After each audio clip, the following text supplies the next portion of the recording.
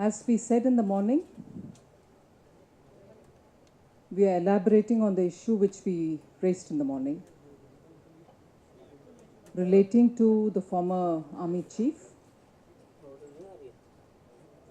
Our primary concern in this whole matter relates to the way in which institutions are being undermined, relates to the way in which this government, completely oblivious of the criticisms which are being leveled at it, repeatedly tries to undermine, dilute, sort of defame institutions which are very critical to the national governance.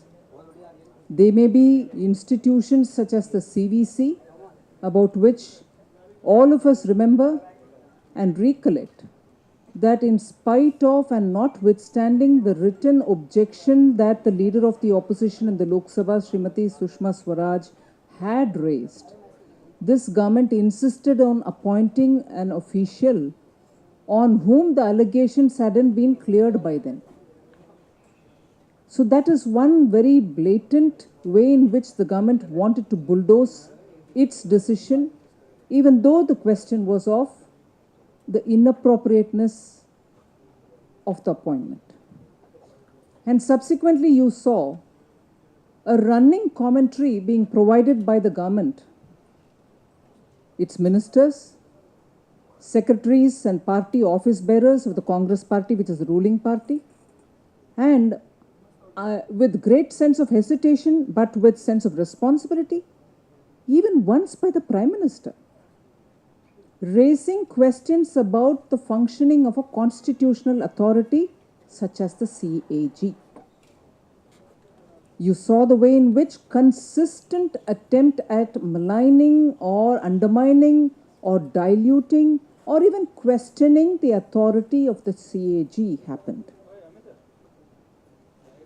And then you saw earlier this year, maybe about 4 or 5 months ago, I remember very clearly the BJP repeatedly taking up this issue of how using a CBI, whose credibility by then had been questioned several times by not just BJP, by many parties, using the CBI, an important and critical institution such as the Intelligence Bureau, IB, was being brought out. They were trying to unravel, as it were, the IB. IB, which is very, very critical as an institution for keeping the internal security and even to an extent the external security intact.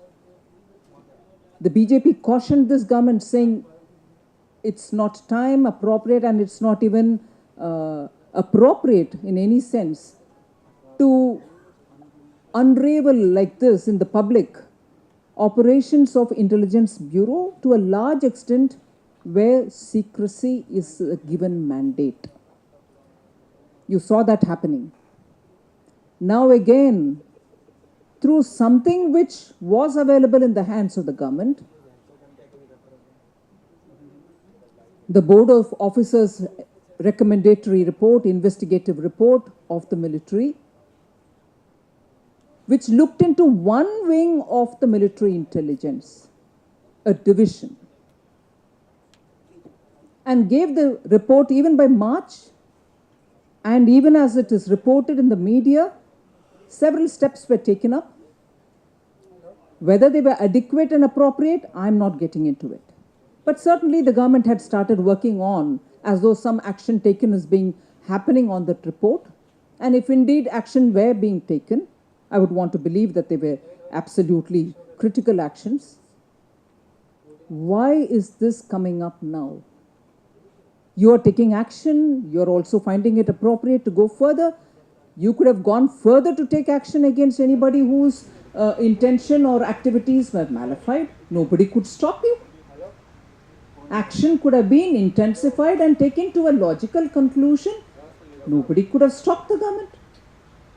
But no, action was reported. Today's coverage also shows the various stages at which the former Defense Secretary, before demitting his office, he had also taken some action.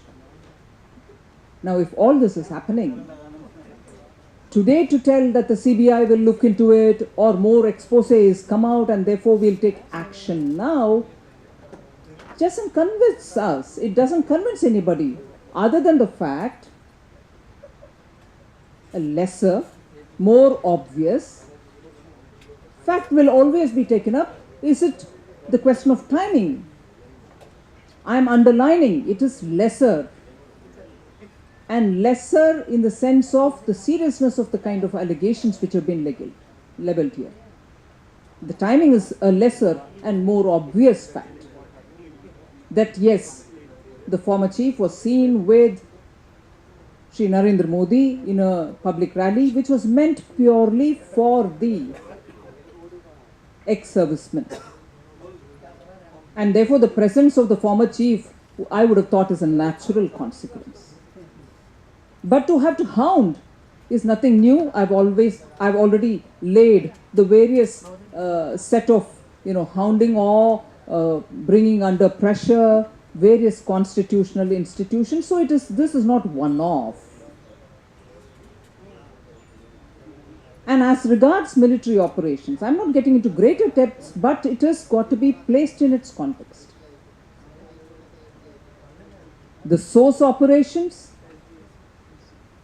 funding, raising and disbanding units, or even other things which the defense would do, armed forces would do, are all part of their operational matters. And every army anywhere in the world would have such things on their record, off their record. And entirely it is the Defense Ministry and its prerogative to look into it. But Indian Army's credentials in the last 60 years in free India has been a record of great esteem and pride which all of us Indians value. And unlike some armies in our neighborhood, they have very clearly functioned, proudly at that, functioned under elected governments. They have served under elected civilian governments. And if now an allegation is being brought into this whole, this whole matrix of allegations, that they also conspired to topple an elected government, it is very serious. It is a very serious allegation, and that is why I repeatedly say that the timing and other things are all lesser issues. What exactly are we trying to do? What exactly is this government trying to do? Can there be a greater way in which you can demoralize an Indian armed force which has sincerely and with sense of pride served under elected civilian governments, unblemished record? If anything, serving the democracy, a parliamentary democracy, has a blemish on the Congress party when it brought in the emergency in this country. But the Indian armed forces has never ever conducted itself in such a way that you had to look a second time as to what are they up to. They have conducted themselves with exemplary pride serving under elected civilian governments, unlike some armed forces in the neighborhood. And it is this allegation which makes the whole thing absolutely worrisome. In fact, a minor comparison, how does the NTRO function? Doesn't it have an element of secrecy, justifiably? And therefore, the BJP today cautions the government that they don't go too far in this, and that they should actually come out and say what is their position. This is not the first time, particularly as regards this general who is now retired. We had earlier some exposes also, probably through the same paper or any other paper, about how certain units had come very close to Delhi and so on. I think it is high time Government of India came out, explained its position on this matter today in the light of this expose, and cleared all apprehensions which are being thrown around. Neither the army would want it, because the morale is a very, very serious component. Nor do the public of India want it, because even the recent surveys which have come out have shown that if there is one institution which people of India trust, it is the army. That has come out recently and so many times, and rightly so. I think therefore the BJP would like to caution the government on this matter and ensure that they come up with a clear statement so that the morale of the army is kept intact and the people of India understand what actually is going on. So that's about the issue of the general.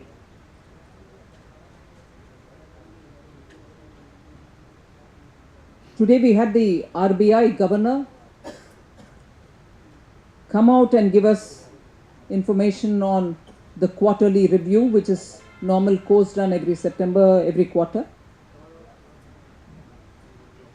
I have very few things to say on it, but the one thing which I'd like to underline here is the government again has been left to walk alone. I'm borrowing the word of D. Subbarao and probably the word of P. Chidambaramji earlier, that the government has been left to walk alone to face the challenges of growth.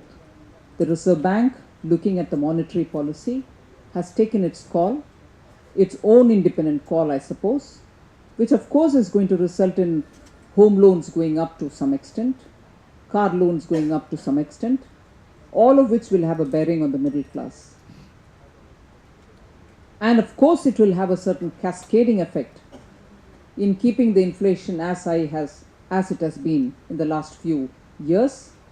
And when I borrowed the words of Subbarao, I also would like to borrow one more observation of the former Reserve Bank governor in underlining the point that the BJP would like to present today, that this government has misread the economy. They have not only messed up the economy, but they are also continuously misreading the economy. And as a result, the RBI governor has very clearly said that they are anti-inflation, that the RBI is anti-inflation. We would like to ask the government of India, are they too, or are they allowing the inflation to do what it wants? And are they just not going to take anything to control it? RBI has stated that it has taken its call being anti-inflation. What has this government done to control inflation? Thank you.